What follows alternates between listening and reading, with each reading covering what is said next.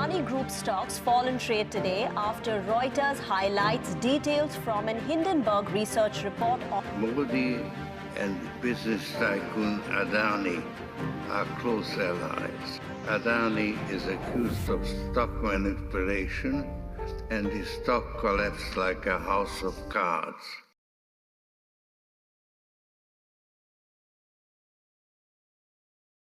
On January 25th, the short-selling company Hindenburg Research published a report and launched very well-planned and coordinated attacks against Adani. This attack is very similar to the way anti-Indian George Soros smashed the Bank of England and the Bank of Thailand. Following a short-term Hindenburg Research report, an Indian cartel created a negative narrative against Adani. This is not a natural narrative against Adani. This is a highly planned attack. Come on, let me show you. The attack did not start on January 25, 2023, after the Hindenburg Research report, but it began in 2016-17 in Australia. Adani secured a proposal for the Carmichael coal mine in Australia in 2010.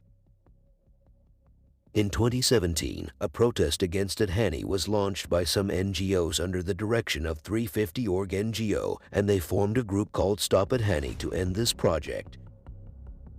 This NGO, 350org, is largely funded through the Tides Foundation. But you know who's financing the Tides Foundation? Check the names and amounts as little as a year. They are Soros, the Ford Foundation, Rockefeller, Omidyar, and Bill Gates. An NGO, the National Foundation for India, exists in India. Before I talk about this NGO, let me show you a list of donors to the NFI. It also had the names of Soros, the Ford Foundation, Rockefeller, Omidyar, Bill Gates, and Azim Premji.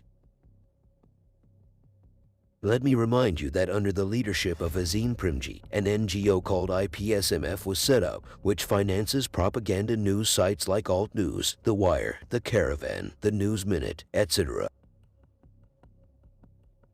Now, let's return to the National Foundation for India again. At NFI, Seema Chisti advises on media fellowships. She works as The Wire's editor. She writes for The Caravan and is the spouse of Sitaram Yechuri, the head of the CPI.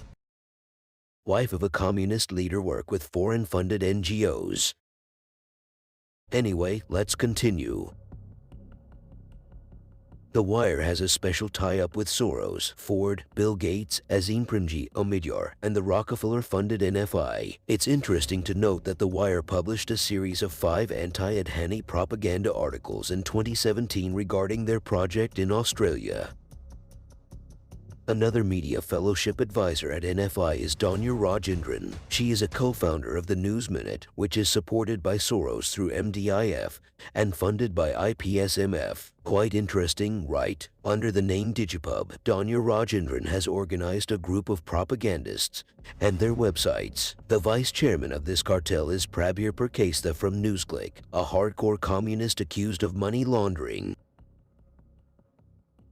Check out the names on the founding members list now. Well, almost all are funded by IPSMF. The same propaganda tweets and coordinated attacks against Adani can be found on the timelines of people who are connected to propaganda websites. I'll give you a few illustrative examples of this cartel. With their propaganda articles and tweets against Adani, they effectively launched a coordinated attack on social media and their websites. Danya Rajendran, the brains behind the digital cartel Digipub, will be our first stop. The Desbak is the next cartel member. Just look at his timeline. I then checked Ajit Anjum, an individual Digipub cartel member, at random. Look at his timeline. The list of these digital sharpshooters is provided here because I don't want to ramble on and on about them in this video. You can take a glance at their social media accounts and websites. You'll see very easily that they're deeply involved in a planned attack. All of the previously mentioned digital sharpshooters receive training and funding from foreign NGOs and their Indian partners to target nationalist individuals or organizations. These foreign-funded NGO train new digital sharpshooters who are then hired by propaganda websites like The Wire, The Caravan, Alt News, NewsClick, etc. I'll use one as an example. Ali Shinjafri received a fellowship from NFI with foreign funding. He served as the subject of a BBC documentary. He received guidance from Seema Chishti. For 10 years, Seema Chishti worked as an editor for the BBC. Currently, she is the editor of The Wire. This foreign-funded NFI provided fellowships to digital sharpshooters who work for propaganda websites like The Wire, Article 14, The Caravan, Al Jazeera, and others. You can verify this by visiting their website.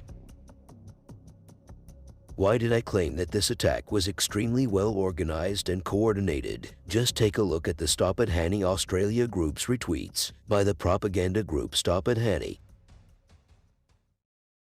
A few more tweets were retweeted.